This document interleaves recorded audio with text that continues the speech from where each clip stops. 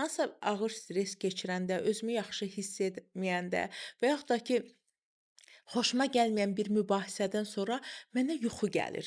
Hı Bu həmin hı. o özünü Bəli, müdafiə bəli, bəli, bəli. mexanizmidirmi? Çünki bədən artıq ona tab gətirə bilmir. Bədən özünü bağlayır. Bağlayır ki, biraz bədən, Sakitləşsin.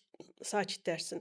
Məsələn, yuxu prosesi belə bədənin bütün funksiyalarını yeniləmə prosesidir. Görürsüz, orada da yuxunun içində də bir, sakitçilik hissəsi var, ruhsal anlamda da. Ona görə bu, yəni, eyni zamanda bu məsələni də ortaya qoyur ki, meditasiya zamanı və yaxud, bədənimizə müsbət təsir edən yoqa ola bilər, üzgüçülük ola bilər, fiziki hərəkətlər ola bilər. Yəni bunlarda artıq bizim beynimizin fokusu bir növ dəyişir. Çünki biz artıq fiziki aktivliklə bunu başlayırıq tənzimlənməyə.